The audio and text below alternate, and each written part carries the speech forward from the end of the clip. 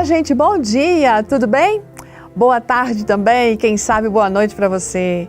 Olha, hoje a nossa história, encaminhada pela Margaret, tem um texto escolhido por ela que faz muito sentido com a vivência, com a experiência que ela teve.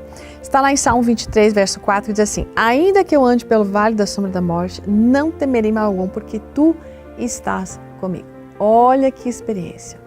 A Margaret estava lá para concluir os seus estudos na faculdade de educação e para isso era necessário completar por meio de um projeto. E o grupo precisava fazer a entrevista com homens já idosos, homens de posição e também caciques sobre a origem de uma determinada tribo. E para consternação dela, o professor insistiu que ela fosse sozinha viajar, encontrar, ir nesse lugar onde havia ali uma tribo para falar com o cacique. Enfim, ela insistiu com esse professor para poder ir na companhia de um outro aluno, mas não deu certo. Então, gente, ela colocou isso nas mãos de Deus. Senhor, eu vou ter que ir sozinha. Por favor, me protege, vai comigo, ajuda, faça a sua parte. Quando ela chegou na cidade, ela visitou uma igreja da denominação dela e o pastor, inclusive, orou com ela, né? Aí ela também buscou informações sobre onde ela deveria ir e chegou a um lugar realmente que era desconhecido para ela. Encontrou ali um homem que disse que alunos o visitavam frequentemente, realmente para fazer entrevistas, quem sabe como aquela. E daí ele perguntou para ela se ela era cristã. Ela respondeu que sim, e daí perguntou se ele também era. Você é cristão? Mas ele não respondeu. Aí depois ele pediu para ela para que ela olhasse nos buracos da parede do escritório onde eles estavam. E ela, na verdade, ele perguntou se ela sabia onde que ela estava. Ela mostrou para ele a porta onde ela havia entrado, mas ela percebeu que o escritório dele estava repleto de alguns objetos assim que eram indesejados, não tinham uma boa aparência. Ela ficou um pouco ansiosa, daí ela orou no seu coração, pedindo para que Deus estivesse ali com ela. Ela desejava muito, na verdade, não estar ali sozinha, de ter outros colegas ali, né?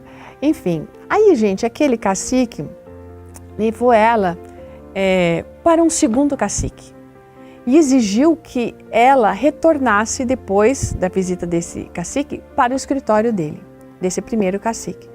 Quando ela chegou para entrevistar o segundo cacique, Deus havia enviado um aluno com quem ela pôde trabalhar aquela entrevista. Bom, aí terminou essa entrevista com o segundo cacique e retornou ao primeiro cacique.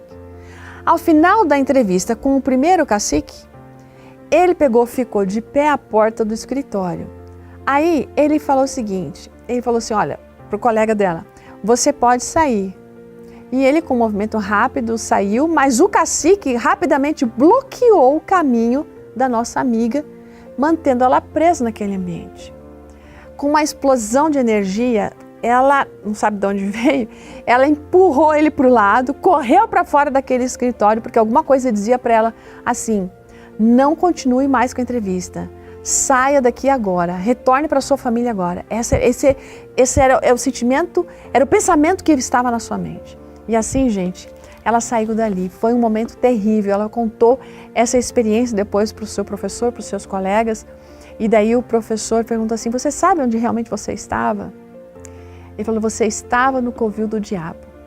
O cacique, ele pensou, naquele momento em que ela estava lá, que o demônio dele tivesse entrado na mente dela. Depois daquilo, de ela ter entendido tudo isso, ela disse que chegou até a ficar meio doente, né? Em recordar, em viver toda aquela situação, de tudo que ela tinha visto, ouvido, sentido. E ela pediu a Deus, Senhor, por favor, tira isso de mim e me cura. E uma voz veio para ela dizendo assim, como você pode se esquecer do que aconteceu com você no covil do diabo? Como você pode se esquecer? Você acha que eu não cuidei de você?